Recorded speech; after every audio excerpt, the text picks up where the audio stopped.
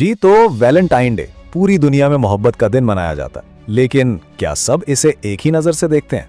खास तौर पर यह सवाल पैदा होता है कि इस्लाम इस दिन के बारे में क्या कहता है। तो आज हम इसी सवाल का जवाब ढूंढने की कोशिश करेंगे और इसके लिए हम एक आलिम दीन मौलाना तारिक अब्दुल्ला नदवी के नुक्ते नज़र को समझेंगे। तो बुनियादी सवाल यही है कि वैलेंटाइन डे के बारे में आखिर इस्लामिक नुक्ता नज़र है क्या? और मौलाना तारिक अब्दुल्ला नदवी का जवाब बहुत ही साफ और सीधा है। वो कहते हैं ये बिल्कुल हराम और बिल्कुल नाजायज़ है। अब ये एक बहुत ही सख्त मौक़िफ़ है। तो सवाल ये है कि इसके पीछे आखिर वजूहात क्या हैं? आइए इसको ज़रा गहराई में समझते हैं। ठीक है, तो अब हम आते हैं असल दलील की तरफ, एक ममनुआ जश्न। आखिर इस ममानात की बुनियाद क्या है? देखिए, मौलाना अपनी पूरी दलील एक मरकजी इस्लामी तसव्वुर पर खड़ी करते हैं, एक ऐसा तसव्वुर जो उनके मुताबिक इस त्यौहार से सीधा सीधा जुड़ा हुआ है, और वो मरकजी इस्तिलाह है बेहयाई यानी बेशर्मी। मौलाना के मुताबिक वैलेंटाइन डे दरअसल बेहयाई को फ़रोग देने का एक जरिया बन जाता है, और ये चीज़ इस्लामी तालीमात के बिल्कुल खिलाफ है। अब अपने इस नुक्ते को साबित करने के लिए वो कुरान की सूरत नूर की एक आयत का हवाला देते हैं, और ये आयत बहुत ही वाज़े तौर पर उन लोगों के लिए एक सख्त सज़ा की वईद सुनाती है जो मोमिनों के मुआशरे में बेहयाई फैलाना पसंद करते हैं, दुनिया में भी और आखिरत में भी। अच्छा, लेकिन यहाँ एक सवाल जहन में आता है जो अक्सर लोग करते भी हैं कि भाई इसमें हर्जी क्या है, ये तो सिर्फ पाक मोहब्बत का इजहार है। तो आइए देखते हैं कि मौलाना इस दलील का यानी पाक मोहब्बत के नज़रिए का क्या जवाब देते हैं। और यहीं पर आकर एक बुनियादी इख्तिलाफ सामने आता है। देखिए, आजकल के नौजवानों के लिए पाक मोहब्बत का मतलब शायद जिस्मानी ताल्लुक़ के बगैर मोहब्बत हो, लेकिन मौलाना के इस्लामी नुक्ते नज़र से वाहिद पाक और जायज़ मोहब्बत सिर्फ वो है जो निकाह के रिश्ते में बंधे मियाँ बीवी के दरमियान होती है। अब इस बात को मजीद समझाने के लिए मौलाना एक बड़ा दिलचस्प सवाल सामने रखते हैं।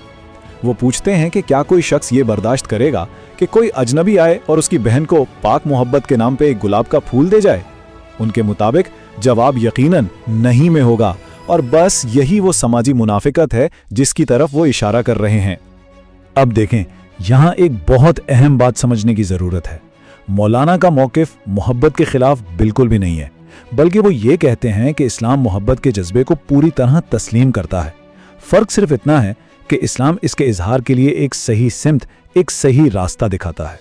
और इसकी एक बहुत ही खूबसूरत मिसाल हमें मुगीस और बरेरा के किस्से में मिलती है।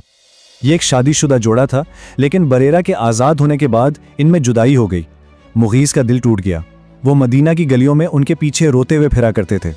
इनका ये हाल देखकर नबी अकरम सल्लल्लाहु अलैहि वसल्लम ने बरेरा को मशवरा दिया कि वो उनके पास वापस चली जाएं।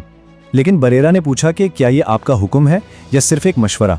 जब आपने फरमाया कि ये सिर्फ एक सिफारिश है, तो बरेरा ने इनकार कर दिया और उनके फैसले का एहतराम किया गया। तो ये कहानी बताती है कि इस्लाम एक जायज़ रिश्ते में मोहब्बत की गहराई को ना सिर्फ मानता है बल्कि इसकी इज्जत भी करता है। तो फिर सवाल ये उठता है कि अगर वैलेंटाइन डे मनाना सही तरीका नहीं, तो फिर मोहब्बत और रिश्ते के लिए सही रास्ता कौन सा है? मौलाना इसका एक बहुत वाज़ेह मुतबादिल पेश करते हैं। उनके नज़दीक सबसे बेहतरीन रास्ता निकाह का है, एक ऐसा रिश्ता जो खानदानों की शमूलियत और उनकी रजामंदी से कायम किया जाता है। वो इसका मुवाजना आजकल के डेटिंग कल्चर से करते हुए कहते हैं कि निकाह का तरीका ही इज्जत और पायदारी की जमानत देता है। चलें, अब हम इस तज्जिए के आखिरी हिस्से की तरफ बढ़ते हैं, यानी नताइज और हतमी बात। मौलाना के मुताबिक वैलेंटाइन डे जैसे त्योहारों को मनाने के कुछ बहुत संगीन नताइज निकल सकते हैं। वो 4 बड़े संगीन नताइज की तरफ तवज्जो दिलाते हैं। पहला, दुनिया में जिल्लत और रुसवाई। दूसरा, औरतों के साथ एक खिलौने जैसा सलूक किया जाना। तीसरा, नौजवानों से ऐसी गलतियां सरजद होना जिनका पछतावा उन्हें शायद जिंदगी भर रहे। और चौथा, जो उनके नुक्ता नज़र से सबसे अहम है, वो है आखिरत में अल्लाह का अजाब। तो फिर इन सब बातों का खुलासा क्या है? मौलाना का आखिरी पैगाम एक सवाल की शक्ल में है, जो दरअसल अमल की एक दावत है। वो पूछते हैं, क्यों ना इस बेहयाई से बचा जाए और निकाह किया जाए? और आखिर में उनकी अपील खास तौर पर नौजवानों से है। वो उनसे कहते हैं कि वो अपने आमाल पर गौर करें और बाहर की सकाफतों के असर में आए बगैर खालिस तौर पर इस्लाम को समझने की कोशिश करें। ये सारी गुफ्तगू हमें एक बड़े और बहुत अहम सवाल पर लाकर छोड़ देती है।